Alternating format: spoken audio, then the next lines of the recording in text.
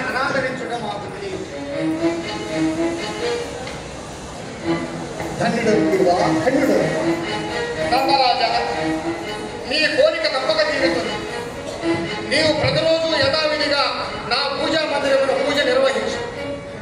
అనంతరము అక్కడ నీకు 2 బాతుకులు తగ్గించాలి. అది అపూర్వకమైన బాతుకలు, దత్తదేవుని మహిమ సమాన్వితలు. వారిని ధరించి తమను ధ్యానించు. క్షణకాలంలో మీరు కాశీపురానికి చేర్చగలరు.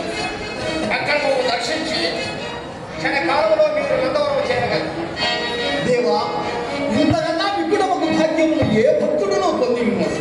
ధన్యుడను దేవా, ధన్యుడను. ఇంతటి దత్తత పొందిన నీవు ఒక ముఖ్యమైన నిబంధన సైతము పాటించాలి నాయనా. తప్పక పాటించడం తల్లి. ఇది పరమ రహస్యము, ఎవరికి చెప్పకూడదు.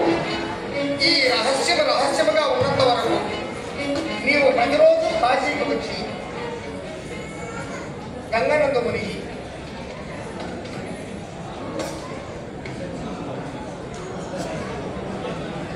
గంగా స్నానం ఆచరించవచ్చు.